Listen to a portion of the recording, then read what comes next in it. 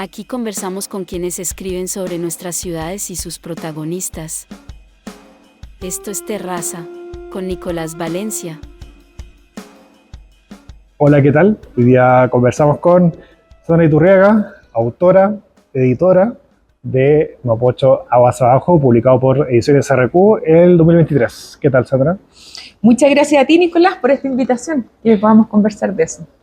A ti. Y bueno, estamos precisamente en la exposición sobre Mapocho Aguas Abajo acá en Lo Contador. Pero antes de lanzarnos el libro, uno no puede entender este libro si es que no entiende tu experiencia con Mapocho 42K. Cuéntanos sobre ese proyecto. Porque cualquier persona, sin necesidad de ser arquitecto o arquitecta, diseñador, lo ve en la ciudad. Entonces cuéntanos un poco sobre ese proyecto. Oye, quizás primero precisar, junto con agradecerte la invitación, de que en realidad estoy representando una voz, por decirlo, de más personas, más voces, que hemos participado de ambos proyectos, tanto de Mapocho 42K como de Mapocho Aguas Abajo. Me ha tocado dirigirlos desde un inicio, de llevar un equipo bien nutrido de profesionales en relación a ambas propuestas, y creo que eso le da como, por decirte, una primera componente colectiva. Esto no se puede hacer ni de una, ni de un grupo de personas pequeño. En realidad hay un conjunto importante de personas que han participado de ambos. Mapocho 42K se inició en el año 2009. De hecho, fue una iniciativa que partimos con un curso de pregrado, poniendo a prueba una visión, ¿no es cierto?, una idea de Mario Pérez de Arce, el arquitecto, ¿no es cierto?, Mario Pérez de Arce, que postulaba, ¿no es cierto?, que el río Mapocho se podía convertir en un gran conector y un sistema de parques integrado, ¿no es cierto?, a lo largo de él, como un conector verde, como un eje estructural de la ciudad. Y con un curso de pregrado nos pusimos en conjunto a poder abordar qué tan posible era esto, cuánto de eso ya existía y cuánto se podía prolongar incluso a una extensión mayor, una componente más territorial del río, ¿no es cierto?, Mapocho, entendiéndole como una gran columna vertebradora de la ciudad, ¿ya?, como un corredor que permitiera integrar lo social, ambiental y geográficamente. Y desde entonces el proyecto, que siempre se pensó con una voluntad real, o sea, no solamente con investigar o hacer un análisis, un diagnóstico, sino que cómo esta idea podía llegar a ser realidad, nos pusimos, ¿no es cierto?, a trabajar, por un lado levantando preexistencia, sabiendo lo que ya existía como atributos del río, y luego viendo cuán posible era poder recorrerlo, ¿no es cierto?, como peatón o como ciclista, desde una componente que no fuera el auto, que es donde se estaban en ese momento empezando a consolidar todas las vialidades estructurantes de Santiago, como la autopista Costanera Norte, y más bien empezar a recorrerlo, ¿no es cierto?, como con una fuerte presencia del paisaje que el río tiene para la ciudad. Y desde ese curso, que fue un curso bien modesto, con 2 estudiantes, se empezó a armar un equipo más profesional, lo postulamos a fondos concursables, de poder armar, ¿no es cierto?, una propuesta ya más, ¿no es cierto?, que se llevara a cabo, un proyecto. Ya han pasado ya casi 15 años en que eso se ha ido consolidando. Hay tramos que ya se han ejecutado, ¿no es cierto?, de poder recorrerlos realmente. Y por supuesto, existían muchas cosas que empezaron también a aparecer quizás con más contundencia en la medida que tú empiezas a conectar esas piezas. O sea, había Parque Centenario, como te contaba, ¿no es cierto?, que Mario Pérez de Arce hablaba mucho de la presencia de estos parques que podían ser conectados. Ya existían muchos de esos parques. Y desde entonces, como te digo, se formuló un proyecto más ejecutivo, que fue llevado finalmente adelante por el Ministerio de Vivienda, y que permitió ir consolidando tramos. Y Mapocho 42K finalmente es la posibilidad de poder conectar un conjunto de parques, espacios públicos a lo largo del río Mapocho y poder recorrerlos desde Lo Barnechea hasta Pudahuel, no necesariamente en continuidad, pero la posibilidad que tú lo puedas hacer, ¿no es cierto?, en sus riberas. Y fundamentalmente en la ribera sur, porque la ribera norte ya estaba muy coaptada está todavía, ¿no es cierto?, coaptada por autopista. Para darle contexto a quienes nos ven o nos escuchan fuera de Santiago, incluso fuera de Chile, al año 2009, si no me equivoco, corrígeme, existía el Parque Forestal, el Parque Los Reyes y el Parque Providencia. Y creo que estaba en desarrollo el Parque Bicentenario. Y claro, uno podía caminar, no con el Bicentenario, pero sí los clásicos, el Parque Forestal, Parque Los Reyes, Uruguay, Parque Uruguay. Había un parque también, ¿no es cierto?, de ribera, mucho más nuevo, ¿no es cierto?, en Lo Barnechea. Claro. O sea, había un conjunto por lo menos de 7 parques ya en esa época que existían. Claro, y por el Algunos más norte, centenarios. claro, y por el norte tú mencionas la Costa del Norte, que en ese entonces estaba, no sé si está inaugurado, todavía está en construcción, y tiene tramos que están en trinchera, tramos que van subterráneos, pero en sí, como tú dices, la zona norte ya imposible, entonces la zona sur. El 42K entonces está ciclovía, que actualmente está, si no me equivoco, hay expansión por Vitacura, ¿o no? Hoy día estamos construyendo, por encargo de la Municipalidad de Vitacura, el tramo que está entre el puente Lo Curro y Américo Vespucio, que es como frente al parque, ¿no es cierto? Al Bicentenario. Al Bicentenario. Claro. Es un tramo de 3 kilómetros bien importante, y 42K no es una ciclovía, en realidad lo que intenta, ¿no es cierto?, implementarse es la ribera como un espacio público para peatones, para ciclistas, ¿no es cierto?, una movilidad no motorizada, con un sistema de parques y espacios abiertos en que tú puedas realmente percibir el río, bajar al río. Hoy día hay posibilidades incluso de bajar, sobre todo en estas áreas, por ejemplo, cercanas a Vitacura. Por lo tanto, no tiene la intencionalidad de una ciclovía, por ejemplo, Clásica urbana, por áreas centrales, ¿no es cierto?, que conecta espacios más cortos. En otros países, por ejemplo, se habla de Greenway, que son corredores verdes, integradores de la ciudad y su paisaje, que fomentan una movilidad no motorizada. Hola, hacemos esta breve pausa para invitarte a que nos sigas en Spotify y nos evalúes con 5 estrellas, o bien nos veas en YouTube y te suscribas y nos des un like. Sigamos. Y en ese sentido, estas Greenway lo que hacen es aprovechar los mejores eventos geográficos y paisajísticos que tienen las ciudades y destinarlos precisamente a las personas, ¿ya? En esta movilidad que te permita integrarte con el medio ambiente, con el paisaje de otra manera.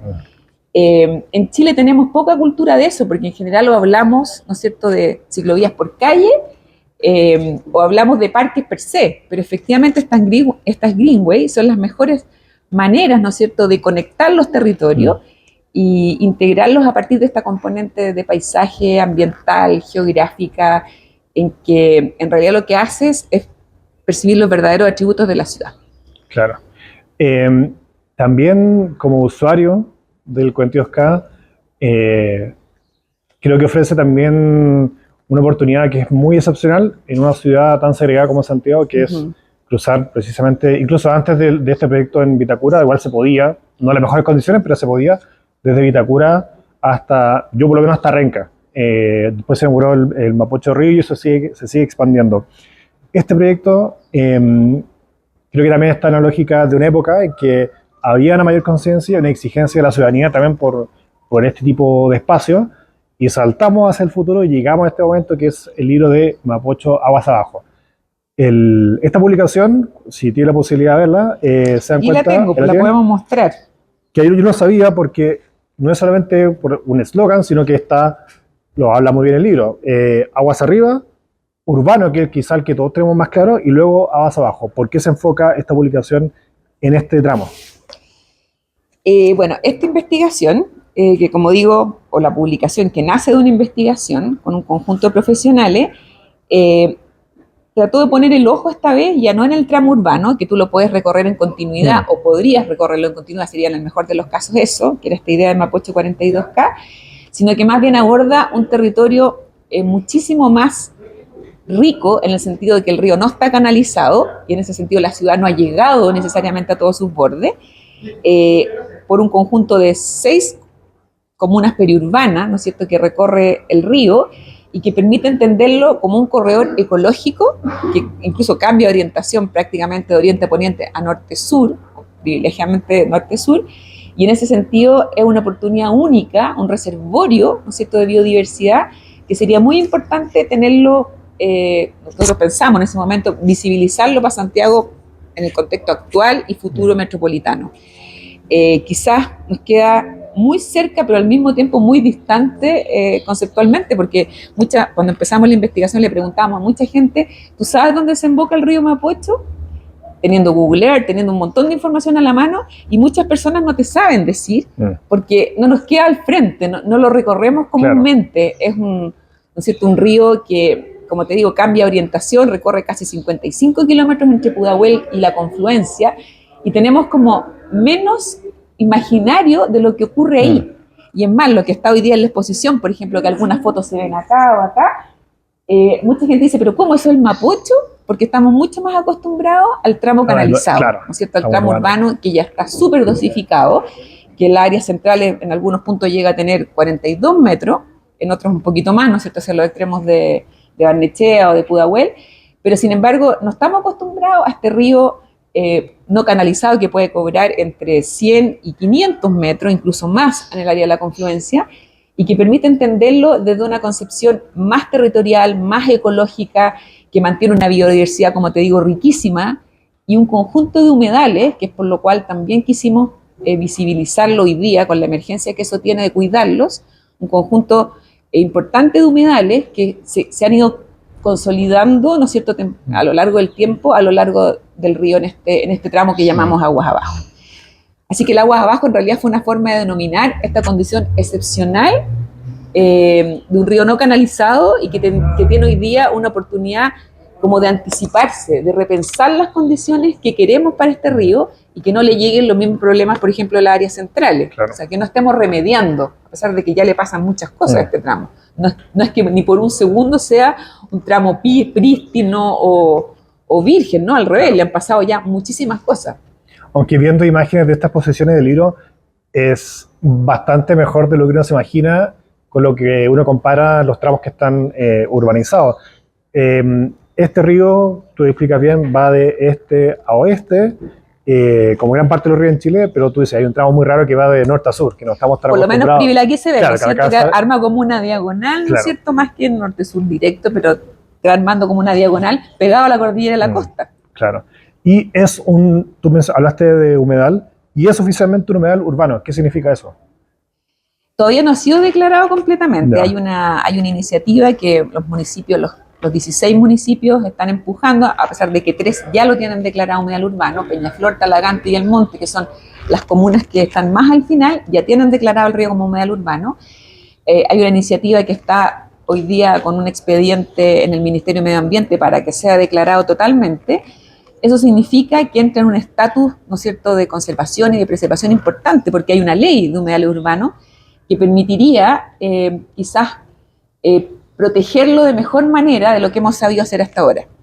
De hecho, nosotros estamos participando del primer plan de gestión del humedal urbano ya declarado en Talagante y El Monte, y eso significa ponerse de acuerdo colectivamente con los actores del territorio.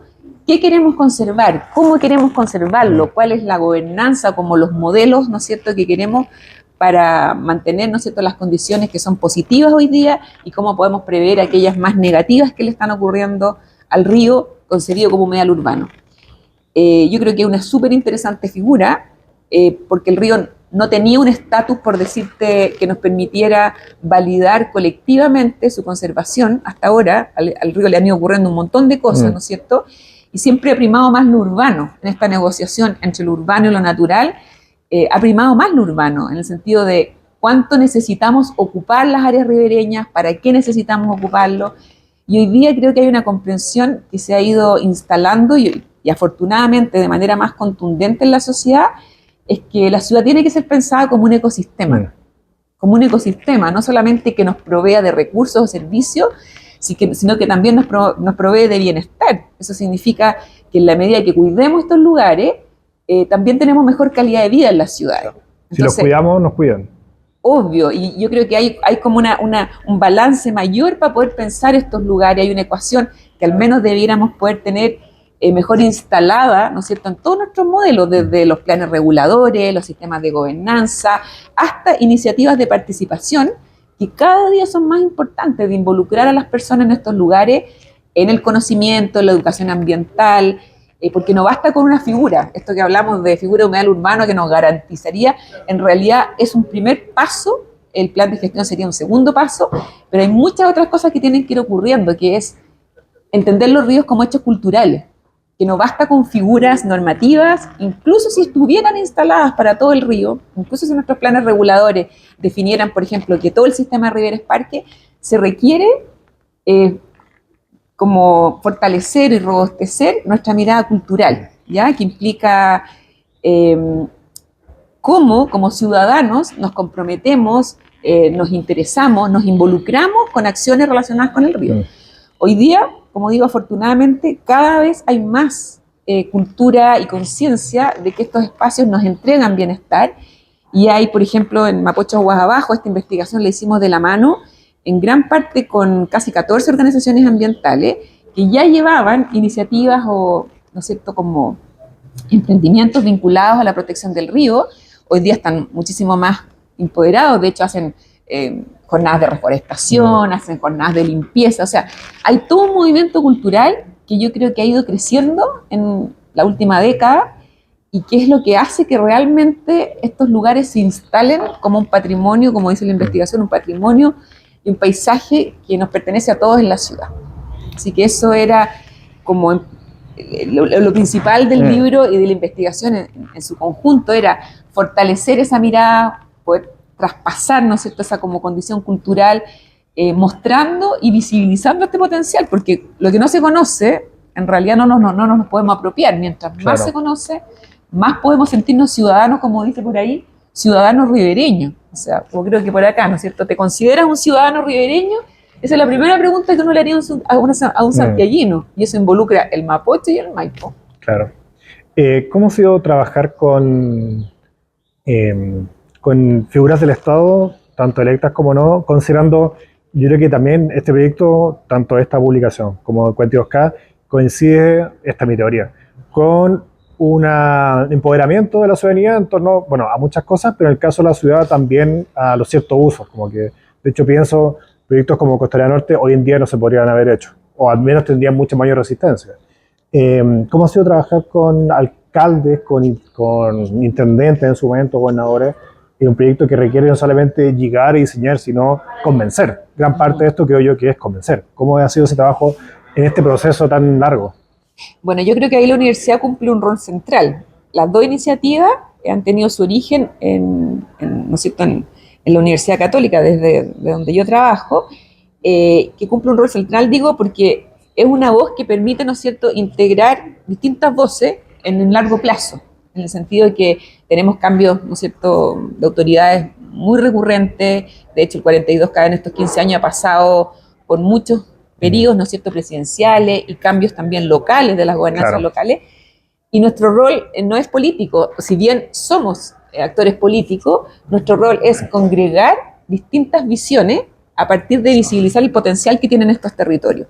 Así que nuestro trabajo fue más bien como de juntar un puzzle de distintas piezas, y ese puzzle en ese momento inicialmente eran las 11 comunas que integraban el tramo urbano, y en realidad era una mesa de conversación. Había un gran plano que tenía como 8 metros, en lo cual nos juntábamos recurrentemente a entender, a conversar, a interactuar sobre las potencialidades de que realmente el río Mapocho se transformara en una columna integradora de la ciudad, independiente del territorio particular que tenía cada comuna. Y eso fue un trabajo bien sostenido, a veces incluso, como te digo, pedestre, incluso de compartir información, de poder entender, ¿no es cierto?, las condiciones preexistentes que existían, los planes que eventualmente cada municipio podía tener, y el rol del Estado es muy importante porque garantiza que estos proyectos se vayan ejecutando. De hecho, el Ministerio de Vivienda tomó la bandera, digamos, en un momento determinado, de poder realmente ir implementando esta iniciativa a partir de distintas oportunidades, desde el 42K, parques que se han ido consolidando en el tiempo, que son todas figuras deseables, que en realidad requieren recursos, y a veces, muchas veces esos recursos no son pocos, digamos, para comunas que tienen carencia, ¿no es cierto?, en general de recursos. Porque no solo la creación, sino que es la administración, o sea, la mantención de esos parques en comunas como Cerro Navia y Quito Normal. En todo lo que ocurre en estos lugares, porque tú no sacas nada con hacer o implementar parte de la ribera, ya sea con parque, con paseo, recorrido, si finalmente eso termina siendo un basural que no se mantiene. Y creo que en ese sentido la mantención es uno de los aspectos centrales, ¿no es cierto?, que esto pueda ser sustentable en el tiempo. Y eso a veces depende de una figura de gobernanza, ¿no es cierto?, central, de las mismas gobernanzas o de las, ¿no es cierto?, gestiones que pueden hacer los gobiernos locales, algunos con más o menos recursos, pero sobre todo también de empoderar a la ciudadanía, porque en la medida que tú tienes conciencia de estos lugares, tienes que hacer menos por protegerlos, claro, y hay mucha más interés, ¿no es cierto?, por cuidarlos.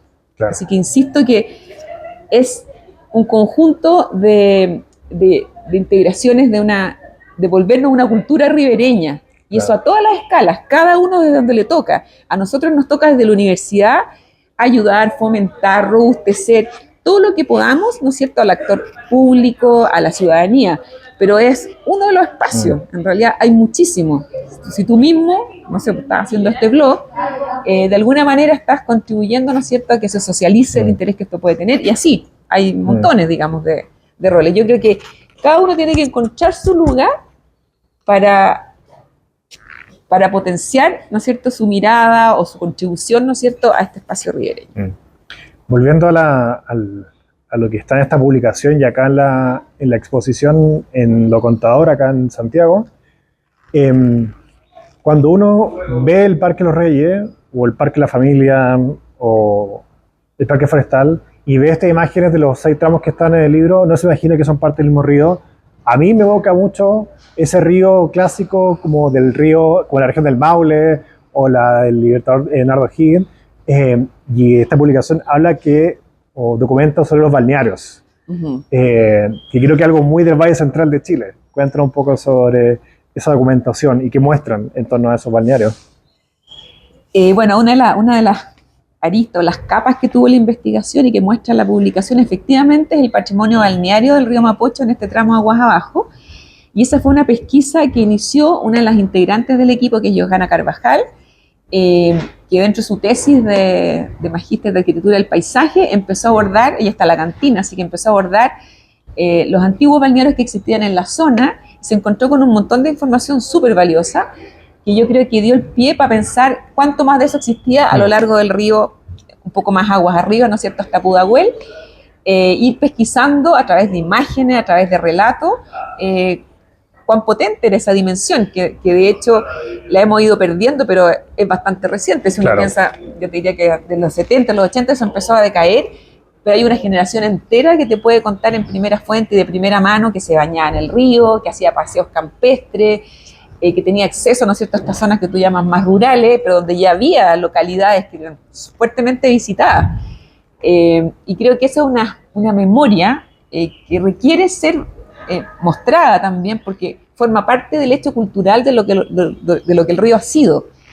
Y fue bien bonito porque en verdad ella que nos ayudó fuertemente con la pesquisa patrimonial, se contactó a través de Facebook con personas, hizo como una red, ¿no es cierto?, de contribuciones, desde, como te digo, fotos que la gente guarda en su casa hasta fotos de archivo, que permiten mostrar como otra cara del río Mapocho, que es menos visible y que era la típica foto que uno veía, ¿no es cierto?, de los estudiantes de la Universidad de Chile que bajaban como claro, por bote en las áreas centrales, pero se conocía mucho menos esta dimensión que hoy día está en el libro, y es bien bonita porque yo creo que nos muestra una dimensión, como digo, cultural, que quizás nuestra generación está menos presente en nuestra generación, y que existían recorridos en bote, había lagunas, y que creo que está bien contado porque le fuimos haciendo como una suerte como de pequeña monografía a cada uno de estos balnearios. Está en acceso, que se puede leer, el libro hoy día está a disposición, así que yo creo que es una cosa que quizás puede continuar contándose, porque hay gente que se me ha acercado diciendo, oye, pero mi papá también me contó y tiene fotos de tal zona, así que esto está recién empezando, ¿ya? Esto es un inicio de una oportunidad de mirarle esta otra cara al río, que por cierto hoy día no se trata de que nosotros queramos fomentar que nos vayamos a bañar de nuevo al río Mapocho, sino que cómo el río ha ido transitando por un abanico de hechos culturales que cada época lo nombra de una manera claro, distinta. Yo creo que hoy día la dimensión ecológica es mucho más importante. Estamos en un periodo, tú bien sabes que tenemos una emergencia climática, entonces probablemente hoy día hay una mirada que requiera robustecerse desde lo ecológico, cómo cuidamos los humedales, más que ir a bañarnos necesariamente, sino que entender que ha ido transitando por estos distintos periodos y qué nos toca ahora. Hay una manera también de decir, bueno, qué es lo que nos toca, cómo nos paramos hoy día frente al río para poder cuidar este, yo digo, capital ambiental, social y geográfico que tenemos. Sandra, antes de terminar, una pregunta hacia el futuro. Esta pregunta nunca la hacemos en este podcast, pero viendo este trabajo, viendo esta exposición, conociéndote a ti, ¿qué esperas del Mapocho? No sé, porque también este tipo de proyectos requieren mucho plazo, no son 5 o 10 años en una obra de arquitectura, sino que son infraestructuras de paisaje que toman mucho tiempo. ¿Cómo te imaginas el Mapocho en 50 años? Que un largo plazo, lo sé, pero considerando el estado No actual. sé si voy a estar en 50 años más, así que voy a tratar de imaginármelo o contártelo más bien desde lo que uno mira ahora. Es que yo creo que uno puede hoy día postular una visión que está ocurriendo ya y mostrar cómo esa visión se mantenga en el tiempo. O sea, no es que tengamos que imaginar o soñar un futuro que no está al alcance. Yo creo que al revés, el Mapocho nos está mostrando hoy día en lo que es y en lo que ojalá se mantenga dentro de sus atributos, una visión de un corredor ecológico que realmente pueda aportarnos, como te decía antes, el bienestar y la calidad de vida a nuestra ciudad. O sea, que ese elemento sea, por decirte, como el gran motor de nuestro bienestar en la ciudad. Y no que veamos cuál es el aporte, ¿no es cierto?, que nos condiciona o el recurso que nos provee, incluso el agua. Al revés, cómo nosotros podemos empezar de aquí a las próximas décadas a contribuirle al río, incluso en términos del agua. En otros países, por ejemplo, en las ciudades hay aporte de agua desde la reconversión de las aguas grises, por ejemplo, hacia los mismos ríos, por ejemplo, en Los Ángeles. Entonces, me imagino que esta visión ya existe, ya empieza a nutrirse con lo que hoy día el río es, y me imagino que en 50 años más va, o por lo menos esperaría, ¿no es cierto?, que hay una ciudadanía súper empoderada, muy consciente de lo que hoy día no deberíamos perder, ¿no es cierto?, y que probablemente en ese momento haya en cada niño una imagen del río que no hay que decírsela, sino que en realidad se educa, crece con una visión que ya sus padres son capaces de haberle transmitido, porque lo viven, porque hay una vivencia emocional, por decirlo así. No es como un aprendizaje sencillamente de una investigación o académico, sino que hay un empoderamiento realmente del corazón. Y eso yo creo que está ocurriendo ya, pero me imagino que en 50 años más ojalá sea de manera exponencial. O sea, que cada ciudadano en Santiago, como dice la pregunta ahí, se sienta un ciudadano ribereño, que realmente se considere un ciudadano ribereño. Entonces, más que una obra, más que una condición, y te diga, ojalá haya tales proyectos, porque como arquitecto uno esperaría, ¿no es cierto?, que probablemente me gustaría que hubiera muchas obras, pero espero más bien que esta situación que el río hoy día ya tiene, seamos capaces realmente de habernos empoderado como ciudadanos y sea parte de nuestro diario vivir. Que no haya que generar eventos necesariamente, no, que sea parte de nuestro diario vivir, que sea un empoderamiento real en nuestro modo de vida ciudadano. Eso. Muchas gracias, Sandra, por esta conversación hoy en Y solo para Terraza. terminar, ya, porque creo que sería muy injusto que en esta conversación yo no nombrara, aparte de los integrantes, parte importante de los integrantes que han participado de la investigación de esta en particular, y tendría que nombrar a muchísimos otros de antes, pero a mí me han acompañado en esta ruta, en esta aventura, ¿no es cierto?, Raúl Brito, Aníbal Retamal, Johanna Carvajal, del equipo como base. Podría nombrarte todo el otro equipo que está aquí nombrado en la exposición, pero creo que ha sido un trabajo súper nutrido de profesionales de distintas áreas. Nos han acompañado biólogos como, por ejemplo, Pancha Basolo, Víctor, que son talagantinos netos y del monte. O sea, hemos realmente integrado un equipo. Aquí no hay autorías, ¿ya? Yo ojalá se entienda así. No se trata sencillamente de, por mucho que yo esté sentado hoy día acá por un tema de tiempo, pero se trata de realmente un equipo colectivo, y ojalá esto sea grande. Si espero algo es que este equipo sea grande y efectivamente aparezcan muchas más personas interesadas en contribuir con su expertise disciplinaria distintos, historiadores, geógrafos. Hay mucha gente que sabe mucho también y que quiere aportar. Muchas gracias, Sandra. Muchas gracias a ti. Esto fue Terraza con Nicolás Valencia.